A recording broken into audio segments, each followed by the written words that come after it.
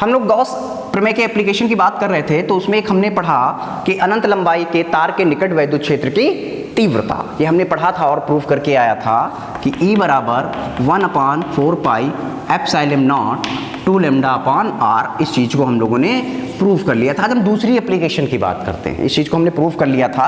ये था आपका कौन सा था, आपका किसी अनंत लंबाई के तार के निकट वैद्युत क्षेत्र की तीव्रता। अब हम दूसरी एप्लीकेशन का यूज़ करते हैं और उस पर डिस्कस करते हैं। अब हम बात करते हैं किसी अचालक चादर के निकट, किसी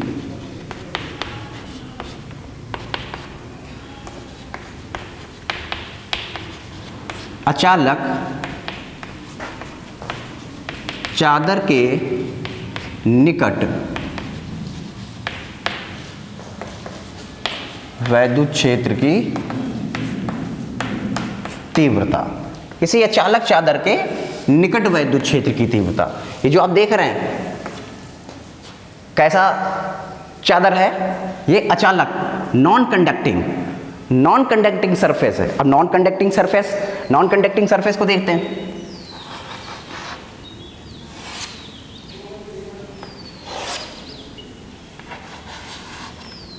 ये एक नॉन कंडक्टिंग सरफेस है जो यूनिफॉर्मली चार्ज है।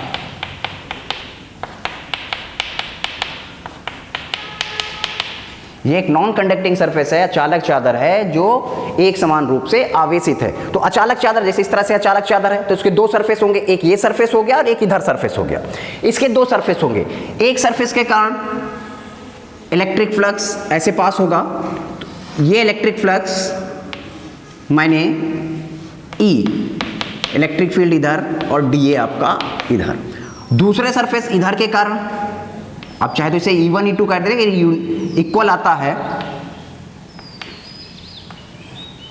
दूसरा ये E इधर और DA इधर, ठीक है, ये हो गया। अगर हम बात करें इससे पास होने वाला टोटल इलेक्ट्रिक फ्लक्स, ठीक है, पास होने वाला यानी चादर से गुजरने वाला कुल वैद्युत फ्लक्स की अगर हम बात करें तो कितना हो जाता है, फाई बराबर E dot D A plus E dot D A. कितना हो जाता है, E dot D A plus E dot D A. अब दोनों सेम डायरेक्शन में आप देख रहे हैं, डायरेक्शन एंगल 0 हो जाएगा, तो एंगल कितना हो जाएगा 0। तो फाई E बराबर ये हो जाएगा ई d A cos 0 plus E d A cos 0, यानी यहाँ से फाई ई बराबर ई d A plus E d ए। आपको बताया था कि कॉस 0 की वैल्यू 1 होती है, तो ई d A into E d A, ठीक है। तो यहाँ से ई बाहर D A plus D A, इस तरह से लिख देंगे। एरिया कितना ले लेते हैं इस चादर का जो एरिया है वो हम ए मान लेते हैं। अगर इस एरिया को ए मान लेते हैं तो यहाँ से फाई ई बराबर आपका क्या हो जाएगा, फाई ई बराबर आपका आ जाएगा ई ए प्लस ई ए। कितना हो जाएगा, फाई ई बराबर हो जाएगा आपका 2EA। यहाँ से अगर E, अब हम किसका यूज़ कर देंगे, गॉस थ्योरम का, तो इसकी जगह कितना लिख देंगे, Q upon epsilon not is equal to 2EA। तो यहाँ से अगर हम E बराबर लिखें तो E बराबर कितना हो जाएगा, Q upon 2 epsilon not A। Q upon A, ये जो आप देख रहे हैं Q अपॉन A, ये किसके बराबर होता है, ये होता है पृष्ठीय आवेश घनत्व, सरफेस चार्ज डेंसिटी, जिसे हम लोग सिग्मा से लिखते हैं। तो E बराबर कितना आ जाता है, सिग्मा अपॉन 2 एप्सिलॉन नॉट, यानी इसकी जगह हमने क्या लिख दिया, जहां सिग्मा बराबर Q अपॉन A है। तो ये किसका आ गया, किसी अचालक चादर के निकट वैद्युत क्षेत्र की तीव्रता। अब अगर अचालक चादर ना हो, चालक होती, कंडक्टिंग वायर होता, अगर आपका कंडक्टिंग प्लेट होती, किसी कंडक्टिंग प्लेट के पीछे पूछा जाए कि कंडक्टिंग प्लेट है, तब आप इलेक्ट्रिक फील्ड क्या होगी उसको फाइंड आउट करिए, तब क्या होगा, थोड़ा सा इसमें चेंज करते हैं और हम इसको, इस जो प्लेट को है, इस प्लेट को हम कैसी प्लेट कर देते हैं, कंडक्टिंग शीट कर देते हैं। अगर कंडक्टिंग शीट के आसपास कहीं पूछा जाए आपसे किसी पॉइंट पर कि आप इलेक्ट्रिक फील्ड फाइंड आउट करिए, तब कैसे इसको कैलकुलेट करते हैं। ये क्लियर हो गया। एक बार इसको फिर से रिपीट कर देते हैं। समझ लीजिए कि ये एक शीट है जिसका एरिया ए है, यूनिफॉर्मली चार्ज्ड है। इस छोटे से सरफेस के लिए हम मान लेते हैं, कंसीडर कर लेते हैं कि इससे जो इलेक्ट्रिक फ्लक्स पास हो रहा है, जो इलेक्ट्रिक फील्ड यहाँ पर ई है और इसका जो एरिया है वो डी ए है। तो पास होने वाला electric flux, total electric flux phi बराबर E dot D A plus phi dot E dot A, यानी इस सरफेस का प्लस इस सरफेस का ये अलजेब्रिकल सम कर देते हैं, क्योंकि जो आपकी फाई ई है, फाई ई कैसी क्वांटिटी है, फाई ई आपकी स्केलर क्वांटिटी है। जब स्केलर क्वांटिटी होती है तो हमें क्या चाहिए, हमें अलजेब्रिकल सम चाहिए, हमें मैग्नीट्यूड चाहिए, हमें डायरेक्शन नहीं चाहिए होती है। तो ई dot D A plus E dot D A dot भी बराबर ए बी कॉस थीटा। आप एंगल देख रहे हैं सेम डायरेक्शन में, तो एंगल को मैंने जीरो कर दिया, तो ई d A cos zero, E d A cos zero, cos zero value 1 होती तो ई डी ए आ जाएगा, यहाँ पर ई डी ए आ जाएगा। देन ई बाहर D A plus D A, और एरिया हमने ए मान लिया है, तो इसको जब आप लिखेंगे तो इसकी जगह पर कितना लिख देंगे, इसकी जगह पर आप ए लिख देंगे, इसकी जगह पर ए लिख देंगे। तो एक ऐसा हो जाएगा कि फाई ई बराबर ई ए प्लस ई ए प्लस ई ए 2a हो जाएगा। गॉस का यूज कर दिया, तो फाई ई की जगह आपने क्या लिख दिया, क्यू अपॉन एप्सिलॉन नॉट लिख दिया, इज इक्वल टू 2e हो जाएगा। तो e इज इक्वल टू क्या हो जाएगा, Q upon 2 epsilon not a. इसकी जगह आप जो देख रहे हैं ये हम क्या, इसकी जगह क्या लिख देंगे, सिग्मा लिख देंगे। तो सिग्मा बराबर e बराबर सिग्मा अपॉन 2 एप्सिलॉन नॉट, जहां सिग्मा क्या है, पृष्ठीय आवेश घनत्व है। क्लियर हो गया। अब यदि हम नॉन कंडक्टिंग शीट थी और अगर हम कंडक्टिंग शीट कर देते हैं तब क्या होता है, आइए इस पर डिस्कस करते हैं।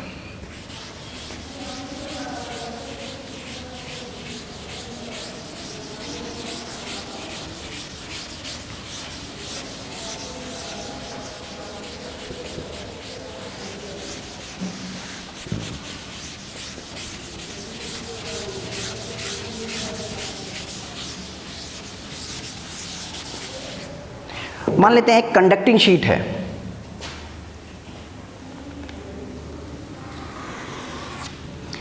ये कंडक्टिंग शीट है, इसके दो सरफेस हैं, एक ये सरफेस दिखा दिया और एक ये सरफेस।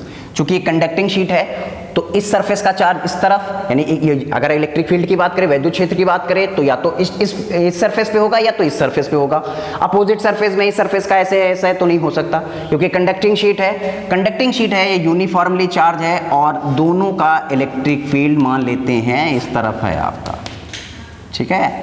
तो आज पहले सरफेस के कारण दूसरे सरफेस के कारण दो सरफेस देख रहे हैं, एक ये सरफेस है, एक ये सरफेस है, इसमें दो सरफेस हैं, ठीक है। तो अब अगर टोटल इलेक्ट्रिक फील्ड निकालें, भाई ये कंडक्टिंग शीट मान लेते हैं, इस प्लेट को हम कंडक्टिंग शीट मान लेते हैं, दोनों को कैलकुलेट कर लेते हैं, दोनों का निकल आएगा। तो अगर हम फाई बराबर निकालें, फाई बराबर तो कैसे निकालेंगे, ई dot D A plus E dot D A, ठीक है। तो फाई ई बराबर ई d A plus E d ए। अब ये कैसी, इसको हम नॉन कंडक्टिंग शीट मानते हैं, ये भी नॉन कंडक्टिंग शीट, भाई दो अलग अलग सरफेस के निकाल कर हम सम कर रहे हैं। तो इसके लिए हम लोगों के लिए अचालक के लिए कितना प्रूफ किया था, अचालक पृष्ठ के लिए फाई वन बराबर कितना कर लेते हैं, फाई वन बराबर हम लोगों ने पढ़ा था sigma upon 2 epsilon naught, sigma upon 2 epsilon naught, phi one या फाई टू, फाई बराबर ये पढ़ा। तो अब इसकी जगह क्या लिख देंगे, टोटल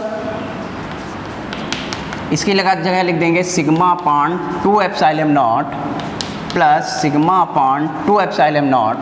तो फाई ई बराबर आपका हो जाएगा 2 सिग्मा अपॉन 2 एप्सिलॉन नॉट, ये और ये cancel.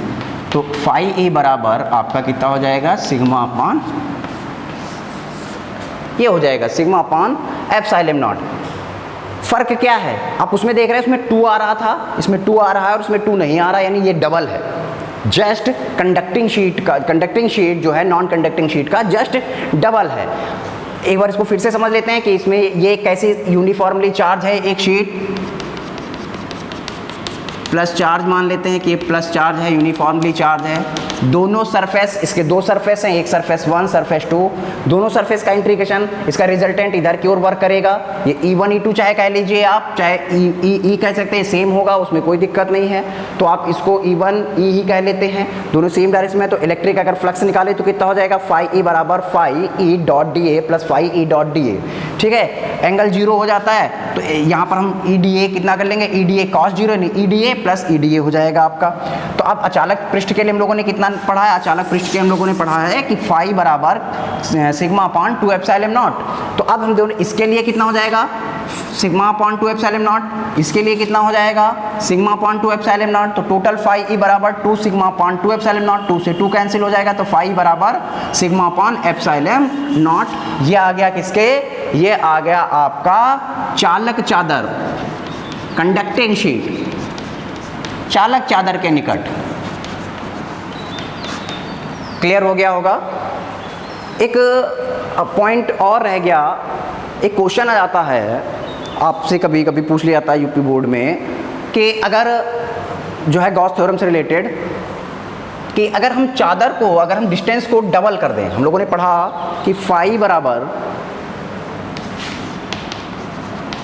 Q upon epsilon not, ये पढ़ा। एक क्वेश्चन आ जाता है कि किसी गोले से जो इलेक्ट्रिक फ्लक्स पास हो रहा है वो 5 न्यूटन मीटर स्क्वायर पर कूलम है या 10 मीटर न्यूटन मीटर, कुछ इस तरह से दे रखा है, और कह रहा है अगर इस गोले की त्रिज्या को दोगुना कर दिया जाए, उसके डिस्टेंस को, उसकी रेडियस को डबल कर दिया जाए, तब इलेक्ट्रिक फ्लक्स कितना पास होगा। तो आप देख रहे हैं फार्मूले में कहीं भाई आर नहीं है, फार्मूले में कहीं भी आर का जिक्र यानी रेडियस का जिक्र नहीं किया गया, रेडियस नहीं आया है, रेडियस नहीं आया, डिस्टेंस नहीं आया। इसका मतलब डिस्टेंस पर डिपेंड नहीं करता। अगर 750 न्यूटन मीटर स्क्वायर पर कूलम पास हो रहा है, इलेक्ट्रिक फ्लक्स है, तो 750 न्यूटन मीटर स्क्वायर पर कूलम ही पास होगा। इसकी रेडियस को चाहे आप डबल कर दीजिए, चाहे हाफ कर दीजिए, चाहे आधी कर दें, चाहे दोगुनी कर दें, रेडियस का कोई भी फर्क नहीं पड़ता है। फर्क किसका पड़ेगा, चार्ज का फर्क पड़ेगा। चार्ज को यदि आप घटाते बढ़ाते तब फ्लक्स पर जो है फर्क पड़ जाएगा। ठीक है, तो अगर ये क्वेश्चन आ जाता है आपसे कि इलेक्ट्रिक फ्लक्स कितना हो जाएगा, तो इलेक्ट्रिक फ्लक्स कितना हो जाएगा, इलेक्ट्रिक फ्लक्स आपका उतना ही रहेगा, रेडियस पर इफेक्ट नहीं पड़ता। आपको न्यूमेरिकल में होंगे तो हो सकता है रेडियस को दे दिया हो कि रेडियस इतनी है, और उसमें रेडियस का टर्म भी दे देते हैं कि 10 सेंटीमीटर के घन के केंद्र से इलेक्ट्रिक फ्लक्स कितना पास होगा, तो उस 10 का कोई यूज नहीं उसमें। क्यों, क्योंकि रेडियस पर डिपेंड नहीं करता, रेडियस पर निर्भर नहीं करता है। क्लियर हो गया होगा, समझ में आ गया होगा। ठीक है।